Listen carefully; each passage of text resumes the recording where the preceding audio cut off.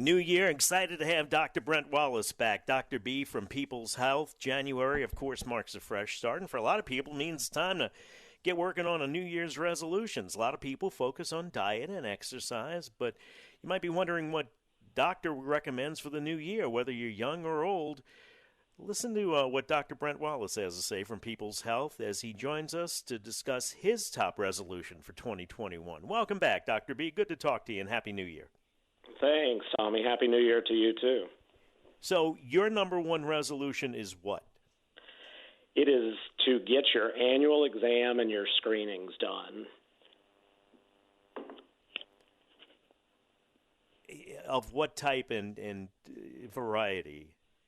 Well, it's really important at the beginning of the year to think about your health and to really be proactive about what you want to do this year.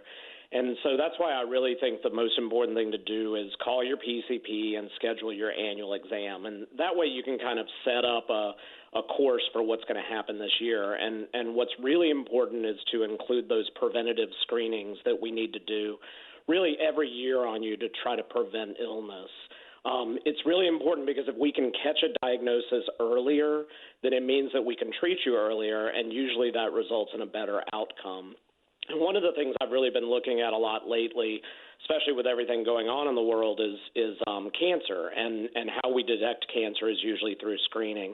So colorectal cancer is actually the second leading cause of cancer death in the U.S., but if we screen early and detect it early, then we can really improve survival rates. And it's really amazing. Since 1970, when we started screening for colon cancer, the death rates have declined by over 50%.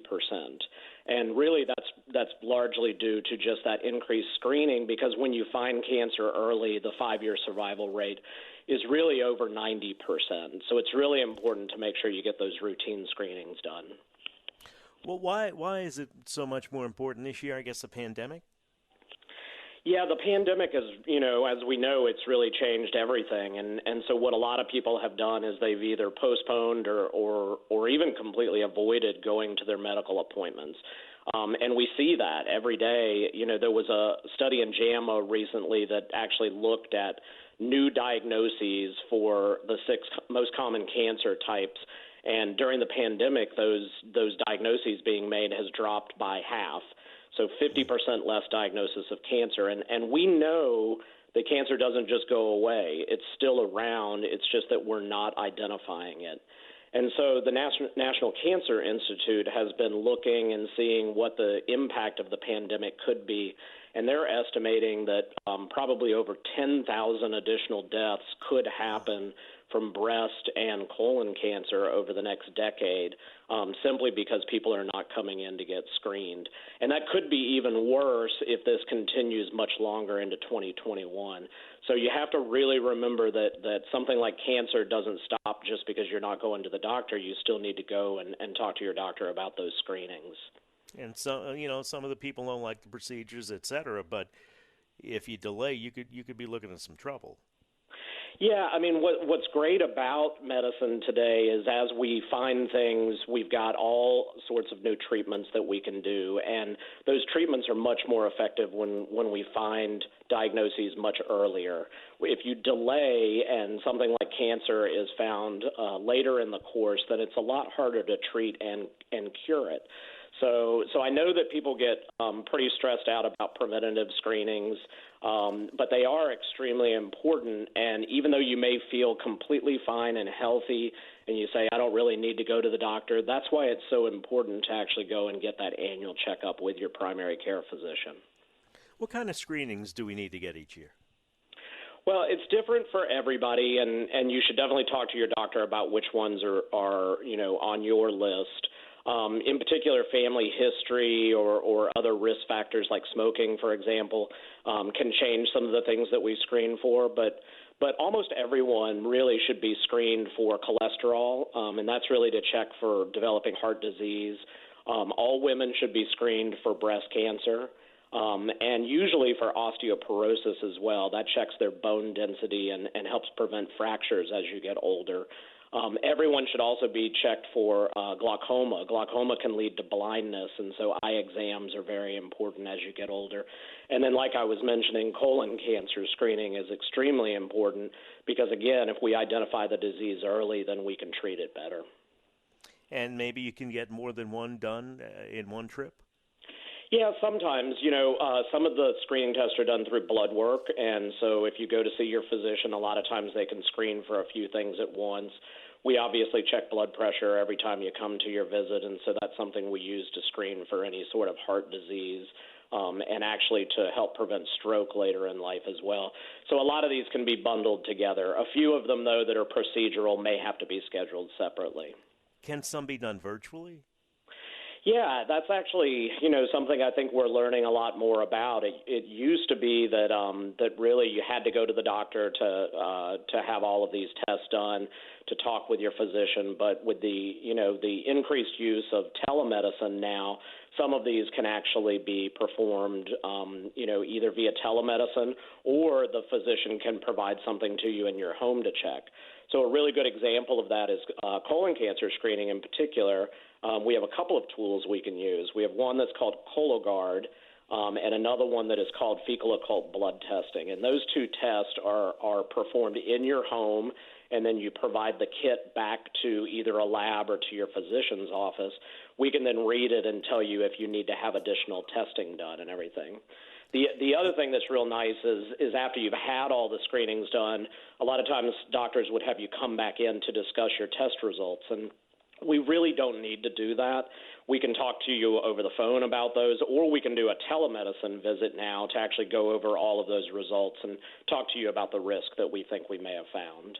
All right, quick break. When we come back, we'll talk about people that might be afraid to go to the doctor's office right now and what you would say to them. Dr. B, Chief Medical Officer of People's Health, our friend, talking about senior health, specifically screenings as it relates to the new year and how important they are. 8:21, time for traffic now on WWL.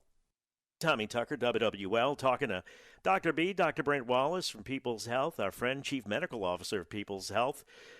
Starting a new year with some great ideas on screenings and how important it is to have those done. Because, Doc, the worst thing in the world would be to put off having a screening done. Meanwhile, cancer is, I hate to use the phrase eating you away, but cancer is developing in your body. It could be treated, you could be cured, but they don't know if you don't go and get the screening, right? So what would you say to somebody who is afraid to go to the doctor right now?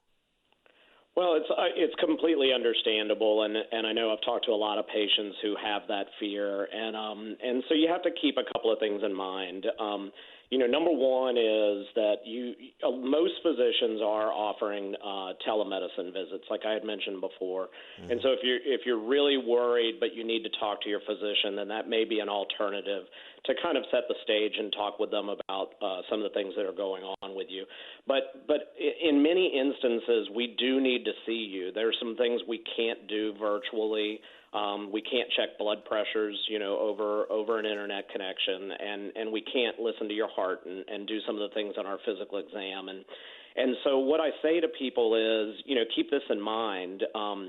You have the least risk of getting COVID in a doctor's office. All of the doctor's offices are following extremely strict protocols, all recommended by the CDC. We have PPE in place for ourselves and for you. And now that the vaccine is becoming available, a lot of the providers that you'd be going to see either have been vaccinated, either one shot or they've even had their second. And so your risk of getting anything from those providers and their office staff is a lot lower. So really the benefits of coming in and the risk of possibly contracting something from the office is really extremely low. So it's really important to stay on top of your health.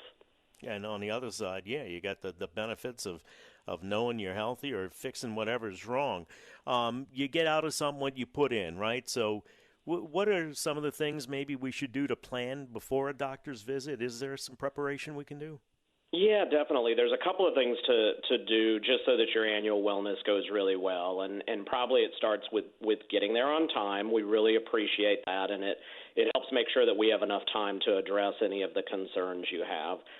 Some practices actually allow you to fill out your forms online so that when you arrive to the clinic, they can bring you straight to the back, and that really helps. But what's really critical is if you are on any medications, make sure that you bring them all with you. I always tell everybody, put them all in a bag and bring them with me so that way I can line them up and really see what you're taking. If you can't bring them all with you, then at least have a list, that's got the names and the dosages and how you take them so we can make sure you're on the right stuff. And then I tell patients, too, there's no reason you can't write down the questions that you want to ask your doctor. It's like any situation when you get in there, you forget things, you forget to address certain issues that you may be having. And so come with a list. Hopefully it's not 10 things or so, but we definitely want to address all of them. And then along with that is be honest with your physician. We're there to really help you and help your health. So you've got to really be honest with us about, things you're doing that maybe you shouldn't be doing or things that you want to be doing.